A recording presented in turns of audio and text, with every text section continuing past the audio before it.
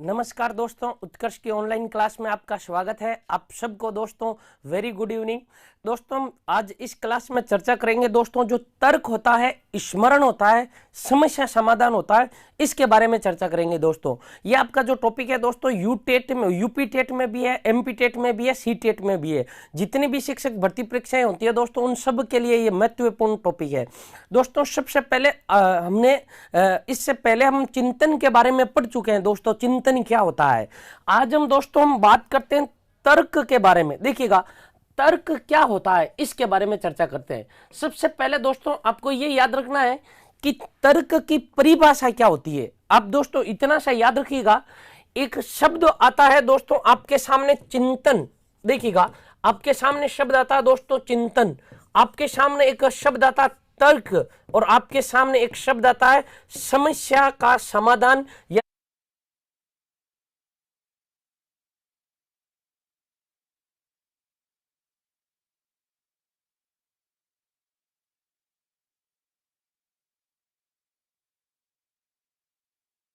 किसी समस्या का समाधान निकाला जाता है। तो दोस्तों इसका जो पहला स्टेप है, वो पहला स्टेप क्या है दोस्तों, हम यूं कह सकते हैं चिंतन। दूसरा स्टेप क्या होता है तर्क, और तीसरा स्टेप क्या होता है समस्या समाधान। दोस्तों यदि हम और डीप में पढ़ें कि इन सब का सीक्वेंस क्या होता है, इससे भी पहले क्या होता है और इससे भी बाद में क्या होता है, तो दोस्तों देखिएगा, आइए हम पढ़ते हैं सबसे पहले शुरू। सबसे पहले दोस्तों आप याद रखिएगा, हमारे पास में 5 इंद्रियां होती है। कितनी इंद्रियां होती है? 5 इंद्रियां होती है। आंख, कान, नाक, जीभ और त्वचा। हमारे पास में कितनी इंद्रियां? 5 इंद्रियां होती है। आंख, कान, नाक, जीभ और त्वचा। इंद्रियों के द्वारा प्राप्त होने वाला प्रथम ज्ञान क्या कहलाता है? संवेदना कहलाता है। सबसे पहले दोस्तों देखिएगा हम पढ़ते हैं संवेदना। यदि आपसे पूछ ले दोस्तों संवेदना क्या है, तो संवेदना के बारे में इतना सा याद रखना दोस्तों आपको कि इंद्रियों से प्राप्त होने वाला जो प्रथम ज्ञान होता है वो प्रथम ज्ञान क्या कहलाता है? संवेदना कहलाता है। इंद्रियों के द्वारा प्राप्त होने वाला प्रथम ज्ञान क्या कहलाता है? संवेदना। इस संवेदना की प्राप्ति किससे होती है? इंद्रियों से होती है। सामान्यतः ये माना जाता है कि हमारे पास में ये 5 संवेदांग अंग होते हैं और इनके द्वारा प्राप्त होने वाला प्रथम ज्ञान कहलाता है संवेदना। अब जैसे आप ये सोचिए संवेदना होती क्या है। जैसे आप आंख के द्वारा जो देखते हो, जीभ के द्वारा जो आप जो स्वाद लेते हो, इसके अलावा त्वचा के द्वारा जो स्पष्ट होता है दोस्तों, ये क्या कहलाता है? जीभ के द्वारा हम संवेद लेते हैं, कान के द्वारा हम सुनते हैं, ये संवेदांग कहलाते हैं और इनसे प्राप्त होने वाला ज्ञान संवेदना कहलाता है। जैसे देखिएगा, आपकी आंखें बंद करने के लिए यदि आपको कहा जाता है, आपने अपनी आंखें बंद कर ली, फिर भी आपके मुंह में मान लीजिए कोई मिठाई खिलाई जाती है, आपने काजू कतली आपको खिलाई जाती है, रसगुल्ला आपको खिलाया जाता है और आपसे पूछा जाता है ये क्या था, तो आप तुरंत बता देते हो कि ये काजू कतली थी या रसगुल्ला था। आपको इस ज्ञान की प्राप्ति हुई कहां से? आपको इस ज्ञान की प्राप्ति हुई त्वचा से, और ये ज्ञान क्या कहलाता है दोस्तों? संवेदना कहलाता है। आप आंखें बंद करके चारपाई पर सो रहे हो और आप ये सोचिए आपके बदन पर मान लो शर्ट नहीं पहन रखा है और आपके ऊपर कुछ ऐसा जानवर गिरा है जो इस प्रकार से चल रहा है। आपको पता तुरंत चल जाएगा कुछ ना कुछ चल रहा है। किसके द्वारा? त्वचा के द्वारा। आपको तुरंत पता चल जाएगा ये क्या था? सांप है। इस प्रकार से दोस्तों ये क्या कहलाती है? संवेदना कहलाती है। इस संवेदना को क्या कहा जाता है दोस्तों? कई बार प्रश्न आ रखा है दोस्तों, संवेदना क्या है दोस्तों? मानसिक पीढ़ी का प्रथम ज्ञान क्या कहलाता है? संवेदना कहलाता है। मानसिक पीढ़ी का प्रथम ज्ञान, देखिएगा, मानसिक पीढ़ी का प्रथम ज्ञान क्या कहलाता है? संवेदना कहलाता है। इस संवेदना को कहा जाता है कि संवेदना ज्ञान की प्रथम पीढ़ी है। देखिएगा, संवेदना ज्ञान की प्रथम पीढ़ी है, इसको यह भी कहा जाता है दोस्तों ज्ञान की प्रथम पीढ़ी। ज्ञान की प्रथम पीढ़ी, प्रथम पीढ़ी किसको कहा जाता है? संवेदना को कहा जाता है। संवेदना पहला चरण है दोस्तों। संवेदना के बाद दोस्तों दूसरा जो स्टेप आता है वो होता है प्रत्यक्षीकरण। क्या आता है? प्रत्यक्षीकरण। प्रत्यक्षीकरण होता है क्या? देखिएगा, संवेदना और प्रत्यक्षीकरण दोनों एक नहीं होते हैं। संवेदना पहला स्टेप है। देखिएगा, ये 5 इंद्रियां हैं, हमें ज्ञान की प्राप्ति यहां से होती है। यदि ये नहीं हो तो संवेदना नहीं होगी, और संवेदना नहीं है तो क्या नहीं होगा? प्रत्यक्षीकरण होगा। प्रत्यक्षीकरण नहीं होगा, इसलिए दोस्तों इनको कहा जाता है ज्ञान के द्वार। ज्ञान के द्वार। ज्ञान के द्वार किसको कहा जाता है? 5 इंद्रियों को ज्ञान के द्वार कहा जाता है, क्योंकि हमें ज्ञान की प्राप्ति इन्हीं 5 इंद्रियों से होती है। प्रत्यक्षीकरण में दोस्तों दो या 3 बातें याद रखनी है। प्रत्यक्षीकरण में दोस्तों होता है क्या है? प्रत्यक्षीकरण में हम करते हैं किसी भी विषय वस्तु की पहचान, किसी भी विषय वस्तु की पहचान, उस विषय वस्तु का हम नाम देखते हैं और उसकी क्या करते हैं? हम व्याख्या करते हैं। तो प्रत्यक्षीकरण में दोस्तों मुख्यतः 3 कार्य चलते हैं। पहला कार्य चलता है पहचान, दूसरा नाम पहचान और व्याख्या। जैसे देखिएगा संवेदना हो गई, हमने क्या खाई? काजू कतली खाई, संवेदना हो गई। देखिएगा हमें ज्ञान का पता चल गया। अब हम नाम बताएंगे, ये क्या थी? काजू कतली थी। क्यों थी? ये मीठी थी। इसकी व्याख्या कर सकते हैं, किससे बनती है, किस प्रकार की होती है, इसका रंग कैसा होता है। ये क्या कहलाता है? प्रत्यक्षीकरण। देखिएगा ज्ञान की प्रथम सीढ़ी या मानसिक प्रक्रिया का प्रथम ज्ञान या मानसिक पीढ़ी का प्रथम ज्ञान, जो दूसरा ज्ञान होता है, उसको हम क्या कहते हैं दोस्तों? प्रत्यक्षीकरण कहते हैं। प्रत्यक्षीकरण से आगे दोस्तों, प्रत्यक्षीकरण का अगला जो बिंदु होता है दोस्तों, इसको हम मनोविज्ञान की भाषा में कहते हैं दोस्तों संप्रत्यय। क्या कहते हैं? संप्रत्यय। और संप्रत्यय को हम क्या कहते हैं? दूसरा नाम संप्रत्यय का ही क्या देते हैं दोस्तों? प्रत्यय। संप्रत्यय का दूसरा नाम क्या होता है? प्रत्यय। ये क्या होता है दोस्तों? इसके बारे में इतना सा याद रखिएगा। संप्रत्यय की जो परिभाषा होती है, वो परिभाषा ये होती है कि मस्तिष्क में बनने वाला बिंब। देखिएगा, मस्तिष्क में बनने वाला बिंब, मस्तिष्क में बनने वाला बिंब, मस्तिष्क में बनने वाला बिंब। देखिएगा, मस्तिष्क में बनने वाला बिंब, या फिर हम यूं कह सकते हैं मस्तिष्क में बनने वाली प्रतिमा क्या कहलाती है? संप्रत्यय कहलाता है। इसी को दोस्तों इंग्लिश में बोलते हैं कंसेप्ट। जैसे देखिएगा, आपको कुछ भी समझाया जाता है, आपको कुछ भी पढ़ाया जाता है, पढ़ाने के बाद में यदि आपके वो समझ में नहीं आता है, जो पढ़ाया गया है उसकी इमेज आपके मस्तिष्क में नहीं बनी है, तब आप कहते हो कि हमारा कंसेप्ट क्लियर नहीं हुआ। इसका अर्थ यह होता है दोस्तों कि जो हमें पढ़ाया जाता है, जो भी हम देखते हैं, जो भी हम सुनते हैं, जो भी 5 इंद्रियों के द्वारा हमें जिस विषय वस्तु की संवेदना हुई है, जिसका हमने प्रत्यक्षीकरण किया है, उसकी मस्तिष्क में यदि बिंब, फोटो, प्रतिमा नहीं बन पाती है, तो इसको हम बोलते हैं संप्रत्यय। यदि उसकी संप्रत्यय फोटो इमेज बन जाती है, तो वो क्या कहलाता है दोस्तों? संप्रत्यय। जैसे देखिएगा, आपने एक बहुत बड़ा पशु देखा जिसके 4 पैर है, उसके एक सूंड है। इस प्रकार से देखने के बाद में अब तुरंत आपको क्या हुई? संवेदना हुई। आपने प्रत्यक्षीकरण कर लिया कि ये तो हाथी है। ये क्या करता है? इसकी सूंड, इसके 2 दांत भी होते हैं और दांत बहुत महंगे होते हैं, इस प्रकार के इसकी चमड़ी होती है। इस प्रकार से आपने उसकी व्याख्या कर ली, प्रत्यक्षीकरण।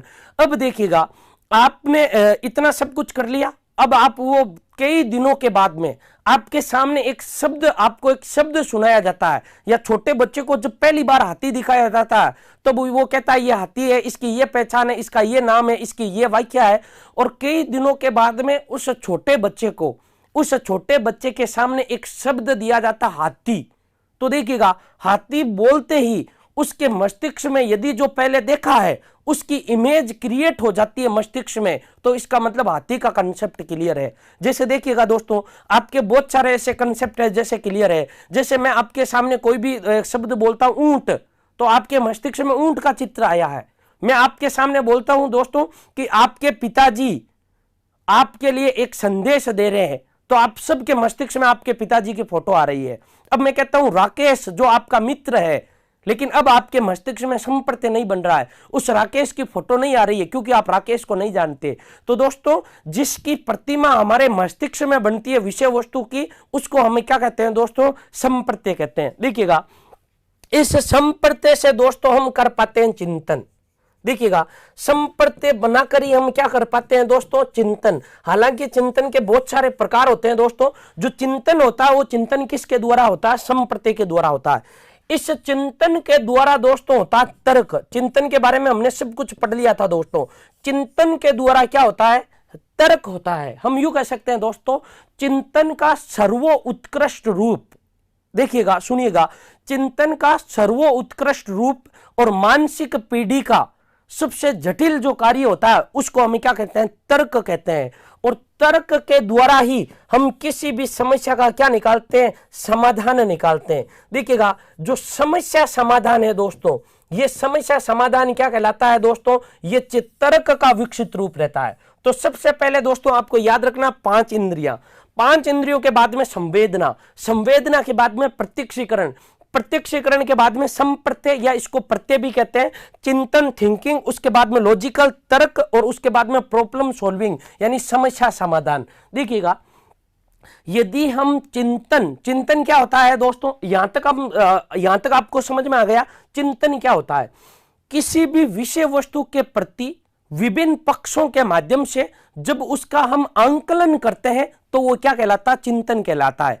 चिंतन के द्वारा जो रिजल्ट हमारे सामने निकल कर आता है, चिंतन के द्वारा जो रिजल्ट हमारे सामने निकल कर आता है उसको हम तर्क कहते हैं। और तर्क के द्वारा हम किसी भी समस्या का क्या कर सकते हैं, समाधान कर सकते हैं। देखिएगा, यहां पर बहुत सारे विद्यार्थी, एक विद्यार्थी ये भी पूछ रहे हैं कि जो अभिसारी होते हैं और वो अभिसारी होते हैं, ये क्या होते हैं। दोस्तों आप एक बार वीडियो देखिएगा चिंतन का, वापस चिंतन का वीडियो डाल रखा है, उसके एक पार्ट नहीं 2 पार्ट पढ़ाए हैं। उसमें दोस्तों अभिसारी, अभिसारी और भी जितने प्रकार है उनके बारे में मैंने आपको डीप में पढ़ाया है। तो एक बार आप वीडियो, पीछे वाले जो वीडियो है वो एक बार आप जरूर देखें। तो देखिएगा, यदि देखिएगा चिंतन का जो रिजल्ट होता है वो रिजल्ट क्या कहलाता है, तर्क कहलाता है। जैसे उदाहरण के लिए देखिएगा, ये जमीन का समतल भाग है, इस समतल भाग पर इस प्रकार का ये खंबा है और इस खंबे का झुकाव इस तरफ यानी मेरी तरफ ज्यादा है। अब देखिएगा, यदि आपको कहा जाए कि ये खंबा गिरने वाला है, लेकिन ये खंबा किस दिशा में गिरेगा, उधर गिरेगा या इधर गिरेगा, अब आप चिंतन करके बताओ। तो आप चिंतन करके ये बताओगे कि ये खंबा इस प्रकार से या इधर गिरेगा। कैसे गिरेगा, क्योंकि आपको पता है ये सर्वाधिक झुकावा किसकी तरफ, इसकी तरफ। तो ये आपका क्या था, तर्क था। देखिएगा, चिंतन किया और चिंतन करके तुरंत बता दिया इधर आएगा। क्यों आएगा, क्योंकि चिंतन के द्वारा आपने अपने मस्तिष्क में निर्माण किसका कर लिया, तर्क का कर लिया। तो देखिएगा, तर्क यह है कि इस तरफ झुकाव है इसलिए इधर गिरेगा। तो चिंतन का जो सर्वोत्कृष्ट रूप होता है, चिंतन का जो परिणाम होता है और मानसिक पीढ़ी का जो सबसे जटिल प्रक्रिया होती है उसको हम तर्क कहते हैं। और तर्क के द्वारा ही दोस्तों किसी भी समस्या का हम क्या निकालते हैं, समाधान निकालते हैं। देखिएगा, बहुत सारे विद्यार्थी कमेंट में पूछ रहे हैं कि ये रीट लेवल फर्स्ट में है क्या। दोस्तों ये सभी में है, यहां से प्रश्न सब में आते हैं, क्योंकि ये मनोविज्ञान जो विषय है दोस्तों, शिक्षा मनोविज्ञान और मनोविज्ञान, इसकी ये सामान्य शब्दावली है। इनके द्वारा ही आप आगे के जितने भी टॉपिक है दोस्तों वो आप समझ पाते हैं। और इस प्रकार दोस्तों अभी राजस्थान में जो HM का एग्जाम हुआ था उसमें भी प्रश्न पूछा गया था कि मानसिक पीढ़ी का प्रथम ज्ञान क्या कहलाता, संवेदना। और दोस्तों सीटेट में भी प्रश्न आ रखा है कि संप्रत्यय के अंतर्गत सम्मिलित नहीं होता है। सीटेट में आ रखा था, प्रत्यक्षीकरण में सम्मिलित नहीं होता। ऑप्शन है पहचान, नाम, व्याख्या और इसके अलावा एक दे रखा था बिंब या प्रतिमा, तो ये सम्मिलित नहीं होती है इसमें। तो दोस्तों एक बार आप इसका स्क्रीनशॉट लीजिए, उसके बाद में हम आगे पढ़ते हैं तर्क के बारे में।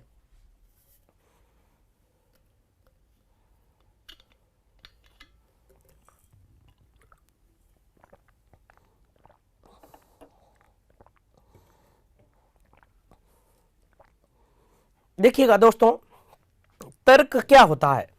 सबसे पहले तर्क के बारे में पढ़ते हैं। तर्क होता क्या है दोस्तों, तर्क के बारे में ये याद रखिएगा दोस्तों, जो तर्क होता है ये चिंतन का विकसित रूप होता है। चिंतन का विकसित रूप होता है। चिंतन का विकसित रूप है दोस्तों, इसका अर्थ यह है कि चिंतन के द्वारा जो हमने परिणाम तैयार किया, चिंतन के द्वारा जो हमारे सामने परिणाम निकल कर आए उसको हम क्या कहते हैं, तर्क कहते हैं। तो दोस्तों इसके बारे में यह भी लिखा जा सकता है चिंतन का परिणाम, चिंतन का परिणाम क्या कहलाता है, तर्क कहलाता है। या इसी के बारे में लिख सकते हैं दोस्तों चिंतन का उत्कृष्ट रूप, चिंतन का उत्कृष्ट रूप, चिंतन का उत्कृष्ट रूप, चिंतन का उत्कृष्ट रूप। तो तर्क के बारे में 3 बातें याद रखनी है दोस्तों। तो तर्क के बारे में ये याद रखनी है, चिंतन का विकसित रूप क्या कहलाता है, तर्क कहलाता है। और चिंतन का जो परिणाम या फिर चिंतन का जो उत्पाद होता है उस उत्पाद को हम क्या कहते हैं, तर्क कहते हैं। और चिंतन का जो उत्कृष्ट रूप होता है, चिंतन का जो विकसित रूप होता है उसको हम क्या कहते हैं, तर्क कहते हैं। देखिएगा, इस तर्क की जो उत्पत्ति होती है दोस्तों, सबसे पहले हमारे पास में होनी चाहिए संवेदना। संवेदना से निर्माण होगा प्रत्यक्षीकरण का। संवेदना का निर्माण किसका होगा, प्रत्यक्षीकरण का। और प्रत्यक्षीकरण से ही हम यूं कह सकते हैं हमारे अंदर संप्रत्यय का निर्माण होता है, संप्रत्यय का, कंसेप्ट का। और उसके संप्रत्यय के आधार पर हमारे संप्रत्यय के आधार पर हम क्या करते हैं, चिंतन करते हैं। इस चिंतन के द्वारा निर्माण किसका होता है, तर्क का। और तर्क किसी भी समस्या का क्या करता है, समाधान। किसी भी समस्या का जो समाधान करता है वो समाधान कौन करता है, तर्क करता है। ये क्रम रहता है दोस्तों, ये सीक्वेंस रहता है तर्क के बारे में।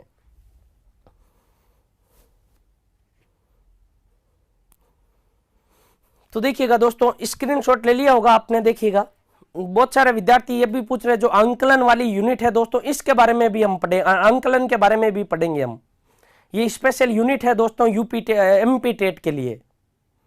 स्मृति विस्मृति क्या होती है बाल विकास में दोस्तों, स्मृति स्मरण ये पूरा का पूरा कंसेप्ट है, इसके बारे में भी हम पढ़ेंगे। अवधान और इसके लिए अवधन और व्यवधान दोस्तों अलग अलग होता है। एक तो होता है बाधा, यानी हमारे सामने व्यवधान यानी क्या बाधा है। अवधान का मतलब होता है अटेंशन, एकदम सक्रिय होकर बैठना। यह अंतर होता है अवधान और व्यवधान में। व्यवधान तो कोई ना कोई बाधा होती है, हमारे सामने कोई बाधा आ गई, व्यवधान कहते हैं। अवधान कहते हैं एकदम अटेंशन होकर बैठना, अवधान अटेंशन। तो दोस्तों आपको कई बार ऐसा होता है मनोविज्ञान के जो हिंदी के वर्ड होते हैं वो आपको समझ में नहीं आते हैं, उसका आप अंग्रेजी ट्रांसलेट जरूर देखा करें। देखिएगा, एक विद्यार्थी पूछ रहे हैं कि जो यूपी टेट के जितने भी दोस्तों, आप जितने भी विद्यार्थी देख रहे हैं जो यूपी से इस वीडियो को, दोस्तों जो आपका 18 नवंबर को जो पेपर है, कोशिश रहेगी 18 नवंबर से पहले आपके लिए एक ऐसी क्लास लगाई जाए जो आपके पेपर में के लिए महत्वपूर्ण होगी दोस्तों, मनोविज्ञान की। तो दोस्तों उसके बारे में भी हम चर्चा करेंगे दोस्तों, आपके लिए लगवाई जाएगी। 18 तारीख को जो यूपी टेट है उससे पहले 15 या 16 को एक क्लास लगाएंगे जो स्पेशल यूपी जी के यूपी टेट है उसके लिए साइकोलॉजी की होगी। देखिए, भुवनेश जी यादव बोल रहे हैं कि यहाँ ऑफलाइन दोस्तों, यहाँ सारे सब्जेक्ट की ऑफलाइन क्लास चलती है। यहाँ उत्कर्ष का एक ऐप दोस्तों कल ही लॉन्च किया गया था, निर्मल जी सर का दोस्तों वीडियो भी है। आप उस वीडियो को कल आपको समझाया था, आप उसको देखिएगा, वहाँ आपको सारी जानकारी मिल जाएगी किसका को कब कोर्स आरंभ हो रहा है और किस प्रकार का है। तो देखिएगा दोस्तों, इसका स्क्रीनशॉट ले लिया तो हम आगे पढ़ते हैं दोस्तों। देखिएगा, तर्क के जो दोस्तों सोपान होते हैं उनके बारे में पढ़ते हैं। किसके सोपान, तर्क के सोपान। देखिएगा, तर्क के किस प्रकार के सोपान होते हैं या तर्क के कौन से सोपान होते हैं। तो दोस्तों एक मनोवैज्ञानिक है जिनका नाम है जॉन ड्यूवी। मनोवैज्ञानिक है दोस्तों जिनका नाम क्या है, जॉन ड्यूवी। जॉन ड्यूवी की दोस्तों एक पुस्तक है, जॉन ड्यूवी की एक पुस्तक है जिनका नाम है how we think, how we think. और ये पुस्तक है किसकी दोस्तों, जॉन ड्यूवी की ये पुस्तक है। जॉन ड्यूवी ने हाउ वी थिंक यानी हम किस प्रकार सोचते हैं, इस पुस्तक में दोस्तों जॉन ड्यूवी ने तर्क के सोपान बताए हैं। और तर्क के कौन कौन से सोपान बताए हैं दोस्तों, इन सोपानों के बारे में हम चर्चा करेंगे। इन्होंने बताया दोस्तों, प्रथम सोपान जो बताया, प्रथम सोपान का इन्होंने नाम दिया कि समस्या की उपस्थिति, समस्या की उपस्थिति। देखिएगा, इन्होंने ये कहा कि तर्क का निर्माण या तर्क के सोपान क्या होते हैं, किस प्रकार तर्क का निर्माण होता है। इनके अनुसार तर्क की जो सोपान होते हैं, ये सोपान किसने बताया दोस्तों, जॉन ड्यूवी ने। और किस पुस्तक में बताया, हाउ वी थिंक, हम किस प्रकार सोचते हैं, चिंतन करते हैं। जॉन ड्यूवी ने कहा कि यदि हमारे सामने कोई ना कोई समस्या होती है, उस समस्या का समाधान निकालते हैं, तब हम चिंतन करते हैं, चिंतन के द्वारा तर्क का निर्माण होता है। तो इसके लिए सबसे पहले क्या होनी जरूरी है दोस्तों, हम यूं कह सकते हैं इसके लिए सबसे पहले समस्या की उपस्थिति होनी जरूरी है। समस्या के होने पर ही हम यूं कह सकते हैं सबसे पहला जो भाग होगा चिंतन तर्क का, तर्क का जो सबसे पहले भाग होगा, तर्क के लिए समस्यात्मक स्थिति। देखिएगा, तर्क के लिए समस्यात्मक स्थिति, होना आवश्यक है, समस्यात्मक स्थिति होनी आवश्यक है, या समस्यात्मक स्थिति होनी चाहिए। या फिर हम यूं भी लिख सकते हैं दोस्तों, किसी समस्या की या किसी समस्या के समाधान, किसी समस्या के या किसी समस्या की, किसी समस्या के समाधान हेतु तर्क का निर्माण होता है। किसका निर्माण होता है? तर्क का निर्माण होता है, तर्क का निर्माण होता है। तो सबसे पहले होनी क्या जरूरी है दोस्तों? समस्या का होना आवश्यक है। हम यूं लिख सकते हैं, तर्क के लिए सबसे पहले हमारे सामने क्या होनी चाहिए? समस्या होनी चाहिए। समस्या होगी तभी हम दोस्तों आगे बढ़ेंगे, और समस्या के होने पर ही हम क्या करेंगे? चिंतन करेंगे। देखिएगा, एक विद्यार्थी का प्रश्न ये आ रही है, चिंतन और मनन में क्या अंतर होता है दोस्तों? चिंतन का जो आरंभिक रूप होता है वो मनन होता है, और चिंतन मनन के बाद में विकसित होता है। इन दोनों शब्दों में बहुत सारा अंतर है, बहुत इन दोनों शब्दों में गहराई है। सामान्यतः याद रखिएगा, चित्त से चिंतन होता है, चिंतन से मनन होता है। इसका हम यूं कह सकते हैं कि हम जब मन ही मन सोचते हैं, विश्लेषण करते हैं, तो वो चिंतन है, और चिंतन जब बाहर निकल कर आता है तो उसको हम क्या कहते हैं? मनन कहते हैं। तो दोस्तों, चिंतन का आरंभिक रूप मनन नहीं होता, चिंतन के बाद में क्या होता है? मनन होता है, यानी चिंतन के बाद में मनन होता है। और मनन और चिंतन, इन दोनों का जो उत्पाद होता है, या चिंतन का जो उत्पाद होता है, वो क्या कहलाता है? तर्क कहलाता है। हाँ, ये भी हो सकता है दिमाग में कई प्रश्नों का उत्पन्न होना, ये क्या है? चिंतन। और उसका बाद में विश्लेषण करना, ये मनन है। और जब ये दोनों होते हैं तो उसको सामान्य से भाषा में हम यूं कहते हैं चिंतन। तो देखिएगा, तर्क के जो सोपान है दोस्तों, पहला जो सोपान है समस्या की उपस्थिति, और समस्या की उपस्थिति चिंतन का पहला सोपान किसने बताया? जॉन ड्यूवी ने बताया। एक बार आप इसका स्क्रीनशॉट लीजिए दोस्तों।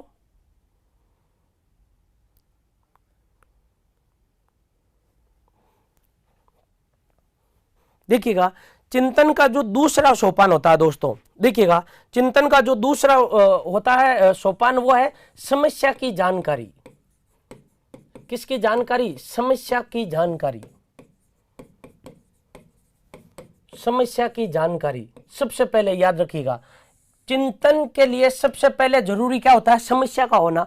उसके बाद में उस समस्या की जानकारी, किस प्रकार की समस्या है, इसके लिए कौन कौन से पहलुओं की आवश्यकता होगी, किस प्रकार के तथ्य एकत्रित करने होंगे, ये जो सोपान है, ये सोपान क्या कहलाता है? समस्या की जानकारी कहलाता है। तो दोस्तों, इसके अंतर्गत हम लिख सकते हैं कि समस्या के बाद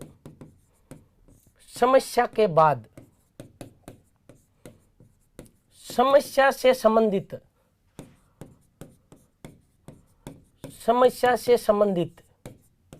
विभिन्न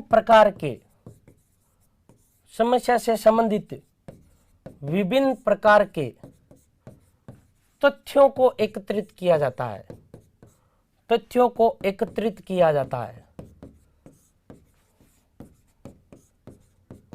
विभिन्न प्रकार के जितने भी तथ्य होते हैं जो चिंतन से संबंधित होते हैं, उनका एकत्रित किया जाता है, और उस समस्या का, यानी हम यूं कह सकते हैं, समस्या का विवरण देखा जाता है। विवरण, प्रकार, आकार, हम पूरी समस्या को देखा जाता है, आकार देखा जाता है।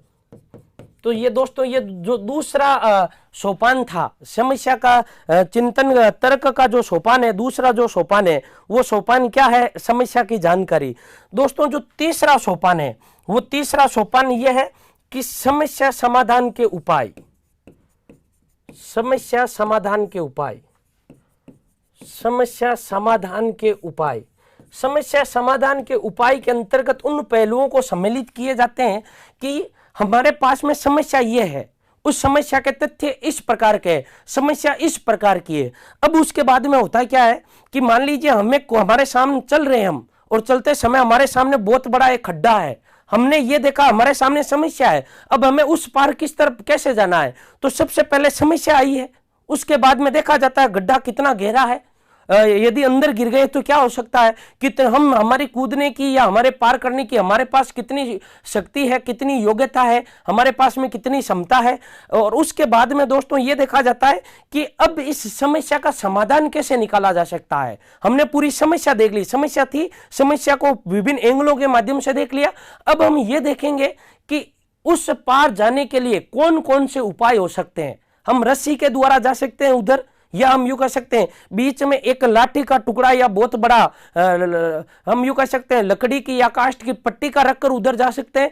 इस प्रकार के जो उपाय होते हैं वो तीसरे चरण पर आते हैं। यानी दोस्तों इसके अंतर्गत याद रखिएगा, समस्या के या समस्या का समाधान निकालने के लिए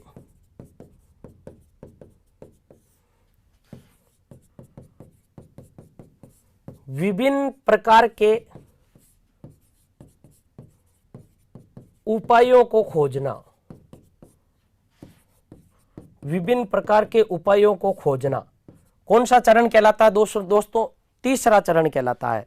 यानी हम यूं कह सकते हैं जो तीसरा चरण होता है क्या होता है दोस्तों? समस्या के उपाय का होता है। यानी हमने दोस्तों हम यूं कह सकते हैं हमारे सामने कई ऑप्शन आए कि हम इस प्रकार से उधर जा सकते हैं या इसके माध्यम से जा सकते हैं, लेकिन अंत में जब हम उधर जाएंगे, एक गड्ढा है, उस गड्ढे में हमने ये कहा कि रस्सी के द्वारा जा सकते हैं, काष्ठ की पट्टिका के द्वारा जा सकते हैं, किसी को उधर खड़ा करके जा सकते हैं, इधर जाए ही नहीं थोड़ा घूम कर जा सकते हैं, लेकिन अंत में केवल हम एक ही कार्य करेंगे कि हम वहां जाएंगे कैसे। इसके लिए उधर जाने के लिए तरीका तो हम एक ही अपनाएंगे, लेकिन हमारे सामने तरीके तो अनेक आए। तो दोस्तों जो चौथा चरण होगा, इसके अलावा चरण नंबर दोस्तों जो 4 होगा, वो 4 क्या होगा? एक उपाय को अपनाना, एक उपाय को अपनाना,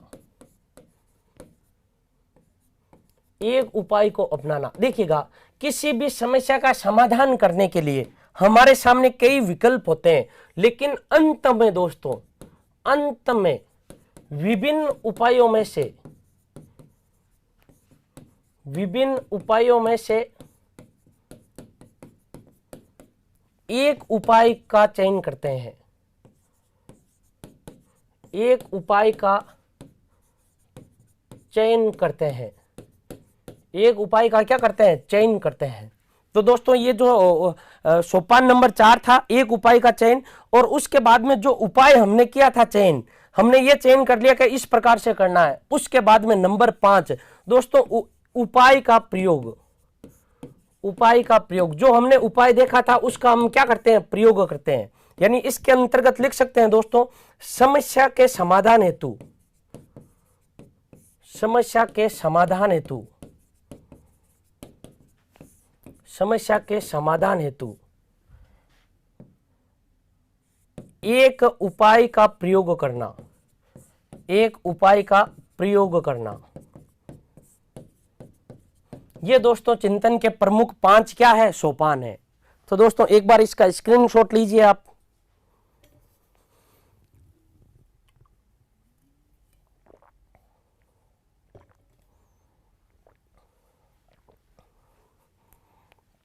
देखिएगा दोस्तों, एक बार वापस समझिएगा आप, चिंतन के जो सोपान होते हैं वो सोपान कौन से हैं। देखिएगा, पहला सोपान क्या है? समस्या की उपस्थिति। देखिएगा, दूसरा जो सोपान है वो है समस्या की जानकारी, तीसरा है समस्या समाधान के उपाय, और चौथा है दोस्तों उपाय को अपनाना, और पांचवा कौन सा? उपाय के क्या हो गए? प्रयोग हो गए। अब देखिएगा दोस्तों, यदि आपके सामने इस प्रकार की ये रोड है, देखिएगा इस प्रकार की एक सड़क है, इस सड़क आप जा रहे हो, लेकिन बीच में इस प्रकार का दोस्तों एक गहरा खड्डा है, इस प्रकार का एक गहरा क्या है? खड्डा है। तो देखिएगा तर्क का निर्माण कैसे होता है, तर्क के जो सोपान होते हैं वो सोपान क्या होते हैं? सबसे पहले दोस्तों आप इधर जा रहे थे, देखिएगा जब आप यहां थे और यहां से आप जब यहां आए दोस्तों, यहां से जब आप यहां पर आए, तो हम यूं कह सकते हैं दोस्तों कि यहां से जब यहां आए तब आपने कोई तर्क किया था क्या? कोई तर्क नहीं किया। क्यों नहीं किया? क्योंकि आपके सामने क्या नहीं थी दोस्तों? किसी भी प्रकार की कोई समस्या नहीं थी। आप यानी यूं समझिएगा दोस्तों कि इस प्रकार से, या हम यूं कह सकते हैं ये इस प्रकार का एक कोई भी एक बालक है, देखिएगा ऐसे बालकों को दोस्तों मेरा एक ऐसे ही मैं समझाने के लिए एक बालक का नाम लेता हूं दोस्तों। यूं समझ लीजिए दोस्तों, एक बालक है, इस बालक का नाम क्या है? ये कालिया है। प्यार से ऐसे ही मैं इस बालक को क्या कहता हूं? कालिया है। जैसे देखिएगा ये एक बालक है दोस्तों, ये बालक इधर आ रहा है, ये यहां पर आ रहा है। तो दोस्तों जब ये सीधी सीधी रोड है, ये यहां तक आया, ये इस प्रकार की रोड से चलता हुआ आता है, ये रोड है, सड़क है इस प्रकार की, लेकिन यहां पर एक गहरा खड्डा है। अब उसके बाद में इधर दोस्तों आगे की रोड है। तो देखिएगा ये यहां से चलकर यहां तक आया, लेकिन जब ये यहां तक आया था तब इसके सामने कोई समस्या थी क्या? इसके सामने कोई समस्या नहीं थी। इसका मतलब यहां से यहां तक जब आया तब इसने कोई तर्क नहीं किया। लेकिन अब इसके सामने समस्या यह है कि इस गड्ढे को पार कैसे किया जाए। तो सबसे पहले इसके सामने दोस्तों क्या आई? हम यूं कह सकते हैं सबसे पहले इसके सामने उपस्थित क्या हुई दोस्तों? समस्या आई। तो सबसे पहले दोस्तों होनी क्या जरूरी होती है? सबसे पहले यानी चिंतन का जो पहला सोपान होता है, तर्क का जो पहला सोपान होता है, वो क्या होना जरूरी है दोस्तों? समस्या। उसके बाद में दोस्तों किस प्रकार की समस्या है, कितना खड्डा है, किस प्रकार की समस्या है, यानी हम यूं कह सकते हैं उस समस्या की आपको पूरी क्या होनी जरूरी है दोस्तों? जानकारी होनी जरूरी है। जानकारी आपने कर ली कि इतना गहरा खड्डा है, समस्या यह है और इतना गहरा खड्डा है, इसको पार कैसे कर सकते हैं, अंदर गिर गए तो क्या हो सकते हैं।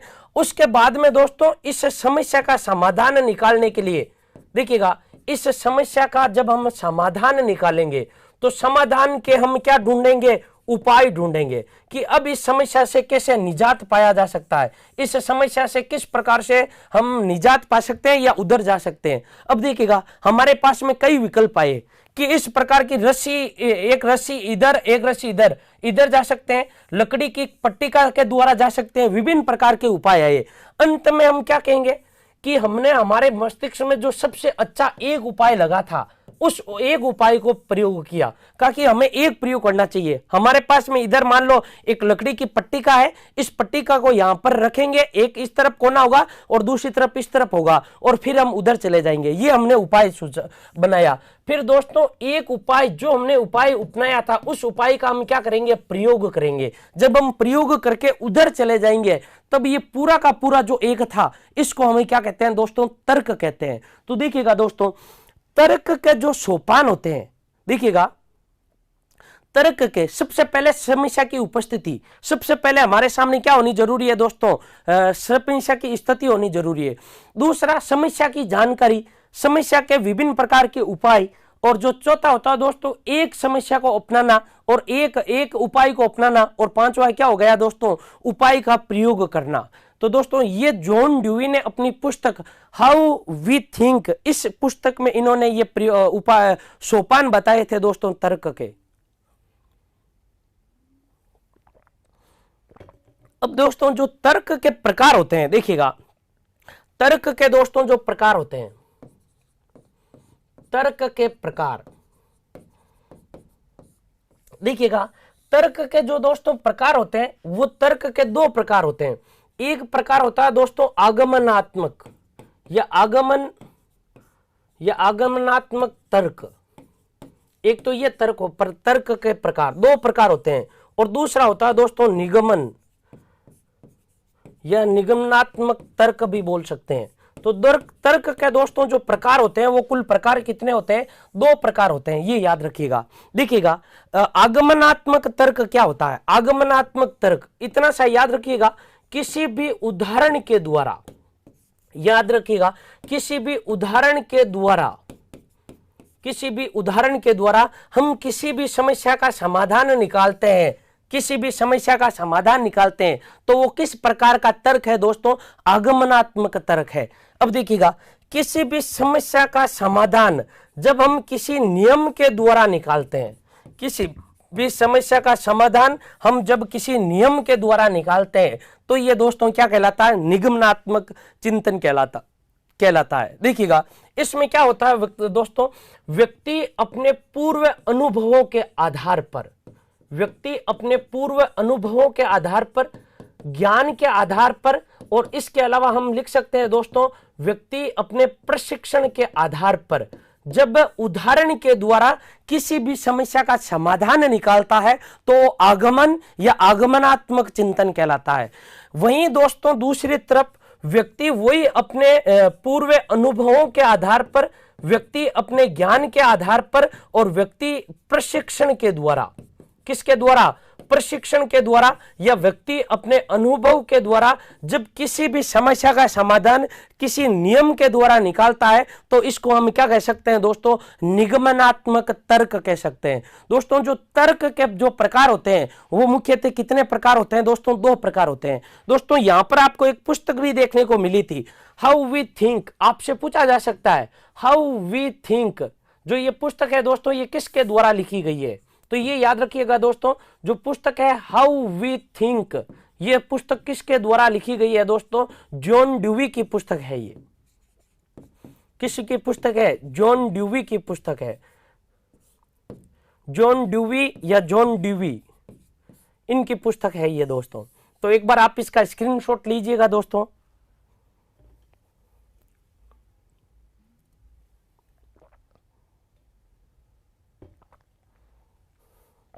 देखिएगा एक विद्यार्थी पूछ रहे हैं, इनको एक बार रिपीट करवाना है दोस्तों। आप एक बार इसका स्क्रीनशॉट ले लिए, अब देखिएगा वापस शुरू से देखिएगा।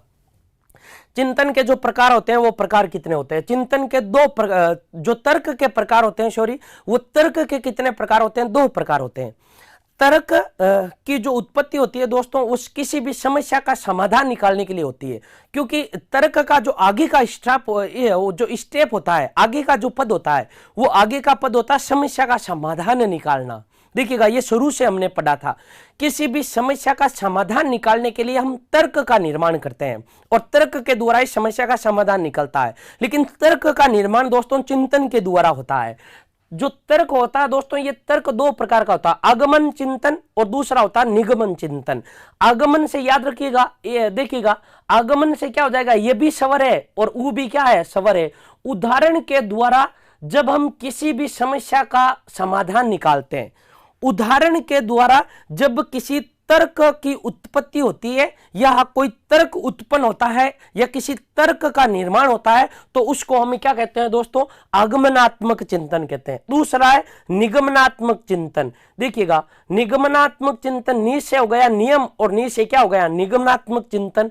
जब किसी भी समस्या का समाधान या अपने पूर्व अनुभवों के आधार पर, प्रशिक्षण के आधार पर, अपने ज्ञान के आधार पर जब किसी तर्क का निर्माण करते हैं, लेकिन उस तर्क का निर्माण नियम के द्वारा हुआ हो तो उस तर्क को हम क्या कहते हैं दोस्तों, निगमनात्मक तर्क कहते हैं।